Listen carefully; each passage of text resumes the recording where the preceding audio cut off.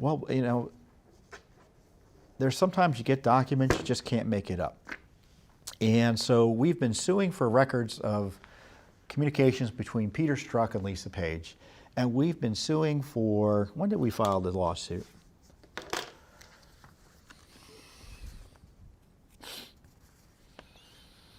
So we asked in December of 2017 for the records, and we filed the lawsuit in January. So now it's 2020, and we still don't have all the records. Why? Because the FBI has said that they've got 13,000 or so records left, and they only can produce them at a rate, or process them at a rate of 500 pages a month.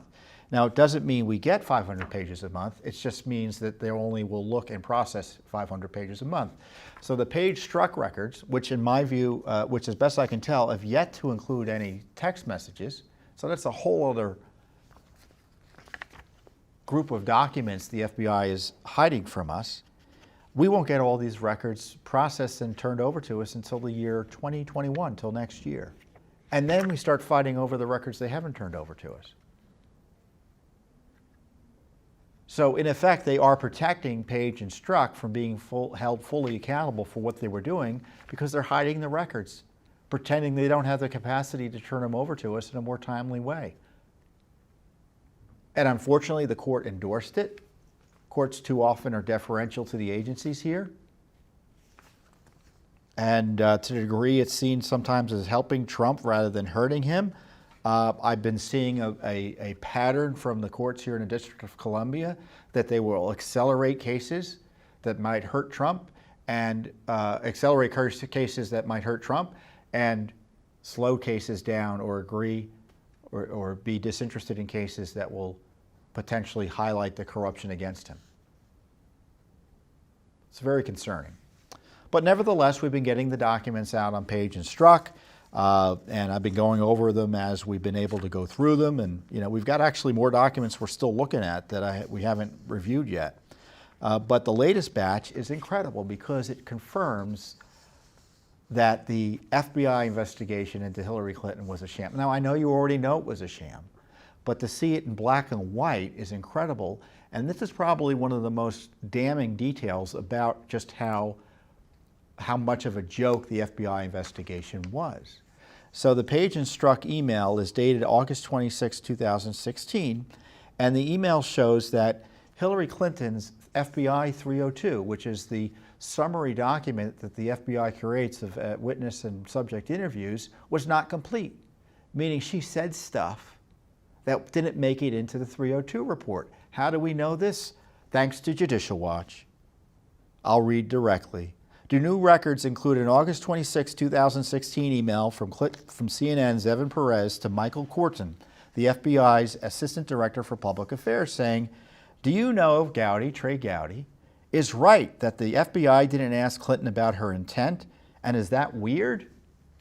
Corton forwards the email to Strzok saying, the question of the day, ... Strzok replies to Corton, I know. I was getting increasingly irritated at Gowdy last night. I don't know the basis for him saying that. We certainly asked her. She said she did it for convenience because she wanted one system of email. We also asked those close to her, Abedin and Mills specifically, who said the same thing. Well, to be clear, Abedin said something different to us. She said she set up the email system because she didn't want anyone to see her emails. But, you know, Lord forbid the Justice Department investigate that contradiction in testimony. So someone writes, but can we find references in the 302 which discuss it? Though not in the 302, at the end of the interview, she apologized for the work and effort it created for the FBI. She said words to the effect of, I'm sorry this has caused so much work and expenditure of resources by the FBI. I chose to use my own server out of convenience. It proved to be anything but. Strzok forwarded the exchange to Page saying, need to nip this in the bud. So is that incredible or what? Hillary Clinton, at the end of her interview, apologized to the FBI and admitted she, quote, did it for convenience, but it proved to be anything but, which meant it wasn't for her convenience. And it didn't make it into the 302. So what we now have is confirmation that the FBI 302 summary report of Hillary Clinton's unrecorded interview is not accurate. It doesn't detail what she told them. This is a major revelation. She's apologizing to the FBI. You know who else apologized to the FBI when he was found to have lied and barely got away from being prosecuted? Andrew McCabe. I guess that's the way you get out of going to jail or getting prosecuted. You apologize for the obstruction of justice.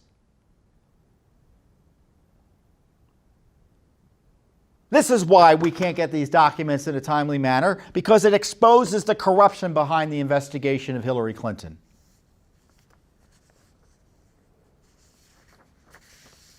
Where's Director Wray on this? He should release all these documents tomorrow. We know why they don't want to release them all tomorrow. These are the documents we get. I told you they look at 500 records. Doesn't look like we got any of them. I think we got only 191 pages of records. So there are hundreds of documents we don't have, just in this one batch. Other documents show that Strzok was somehow involved or knew about the intelligence briefings of President Trump, which were so scandalous.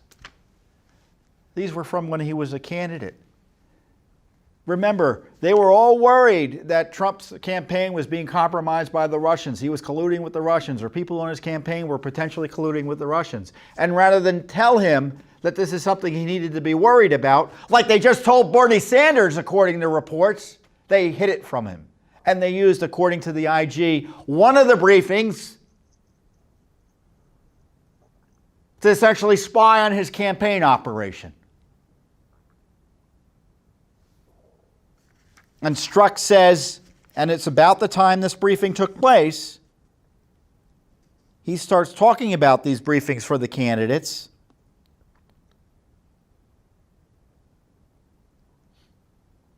Same realization of sugar. Haven't even told you about Trump brief. And he's referencing these intelligence briefings.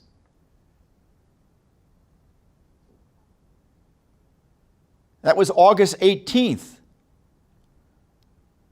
And of course, the big intelligence brief of President Trump that was a spy operation was in August of 2016 as well.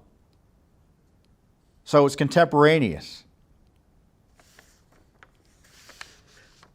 So Strzok was involved in this spy op on Trump. That's what it looks like. Thanks for tuning in. Be sure to subscribe to our YouTube channel to catch all the latest news from Judicial Watch.